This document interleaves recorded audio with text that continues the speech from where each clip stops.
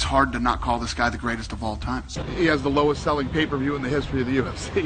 You got Rockhold right now screaming, "I deserve this." You just got knocked out in the first round. You don't deserve anything. You got to come back and earn it. Was this perhaps one of the highlights of your career? This is literally the best night of my career ever. Let's not forget that Ken Shamrock tried to sue us. That he said that his contract, Ken Shamrock owes me. Kimbo Slice sucks. Dana, just wondering, with yesterday you saying that the Bisping GSP fight had sailed, and today obviously that being switched. That ship turned around and fucking sailed back. George St. Pierre is back. Listen, nothing's going to go right today. I promise you that. Nothing is going right today. My job is to win this fight, and win this fight I will. I will stop the takedowns. I will jab his face up. I will follow it up with the right hand. I'm going to do the biggest fight as possible, and I want to make What gives a fuck?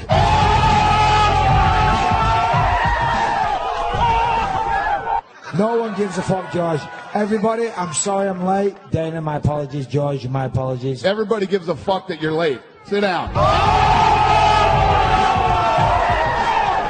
I think Vegas got the best out of you, unfortunately. Yeah, it doesn't matter because I'm going to get the fucking best out of you, so shut the fuck up. Does anybody here think that Johnny Hendricks didn't win the fight? Nelson thinks George won? Did you see George get smashed and hurt in the first round? It's about damage.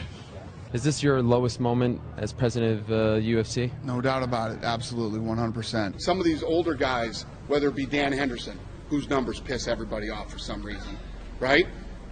All the fighters are pissed off about Dan Henderson. Dan Henderson's been in this sport for 100 fucking years. I think that a fight between him and TJ Dillashaw would be something that people would actually be interested in. Pound for pound best fighter in the world, and he strives to be better each time, and he gets better each time, literally destroying people. What are his options right now? Is it take the fight? Yeah, listen, the media claims he's the pound for pound best fighter in the world. Right.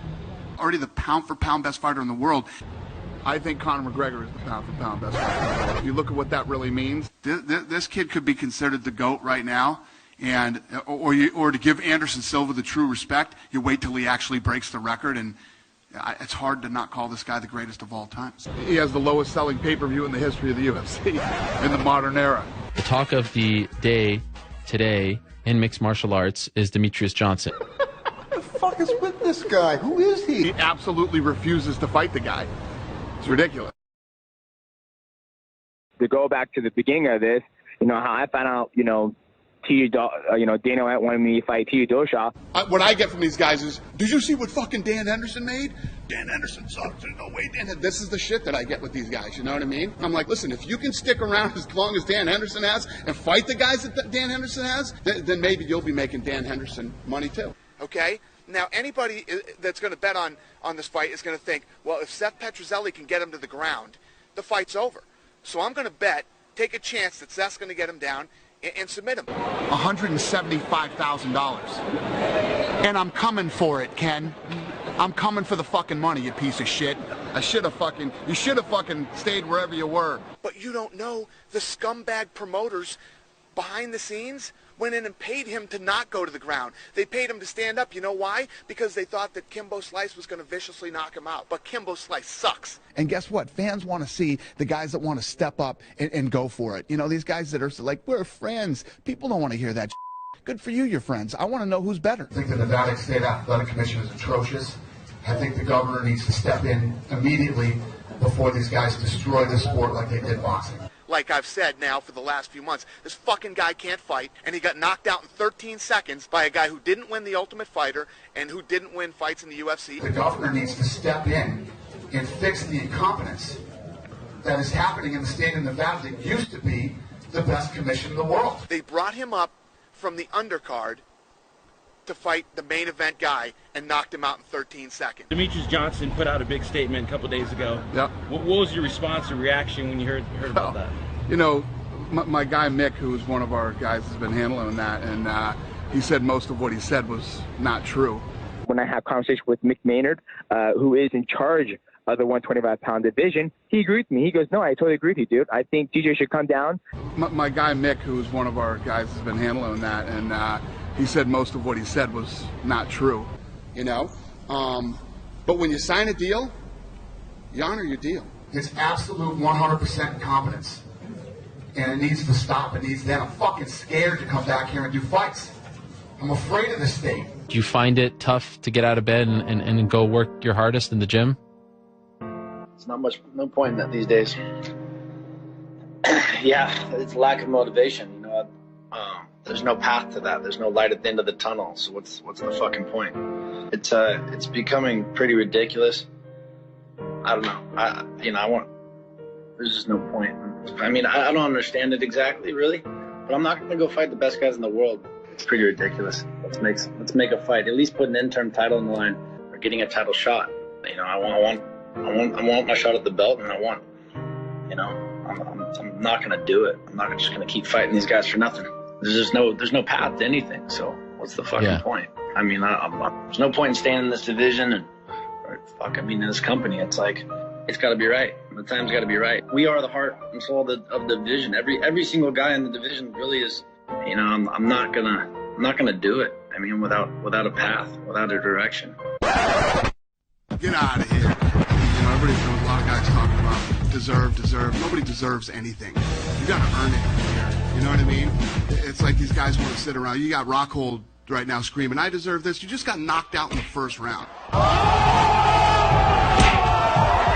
You don't deserve anything. You got to come back and earn it.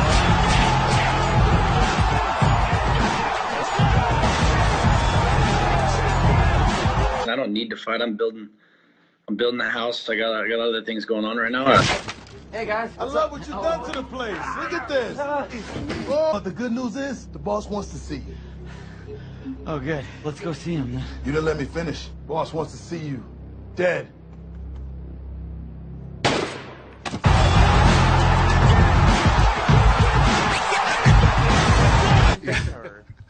Honestly, don't know what I'm going to do right now. I'm so upset I can't even tell you.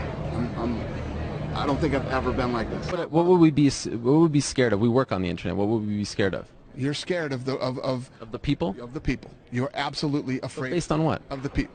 Don't play games. You know you are. This is my career. Number one. Number two, you know, the bottom line is Demetrius Johnson is in line right now. You know, first of all, when he did his deal, he didn't want pay-per-view. Right. He didn't want pay-per-view. He wanted upfront money, no pay-per-view. I've never got pay-per-view points, not once, you know. We've asked for it, you know, after I signed my new contract with the UFC, but they said no. What the fuck? He wasn't very confident in his abilities to sell pay-per-views. I think my shit would start to sell with the right marketing. We went out and we made them a crazy offer to come into the UFC and prove that he was the best in the world. And they turned it down. Nobody in their right mind would have turned that deal down. Believe me, I'll answer the questions of what a disgrace the main event was and what an embarrassment it is. I don't think I've ever been more embarrassed in the 10 years of being in this business. It's about, listen, I don't know how that whole deal works. They say that Fedor is a partner in that whole thing. A partner in what? Fucking M1? What the hell's that doing? Burning money. And it's the first time that I've ever walked out on a main event and given the belt to the guy's manager and told him to put it on him. He's a partner in your burning money business? That's awesome. You heard that he says he feels like you're bullying him in the media and you're not marketing him right. We're not marketing him right. We built a TV show around him. The Ultimate Fighter was about what an incredible fighter he is. We put him on Fox many times. Thank you, bro. Appreciate it. We put him on Fox many times and tried to build him, and it is what it is. It's not me. You are, and all the other guys that were standing here today are terrified of the internet. I'm not. I'm not afraid of the internet. It's a place where cowards live. Never once did I threaten him to shut down the division. That's not. I don't. Did he say that?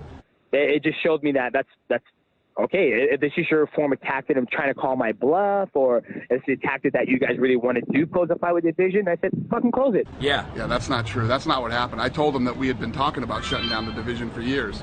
He knows that. Forrest said that you brought him back into the cage. What did you say to him? Is this live?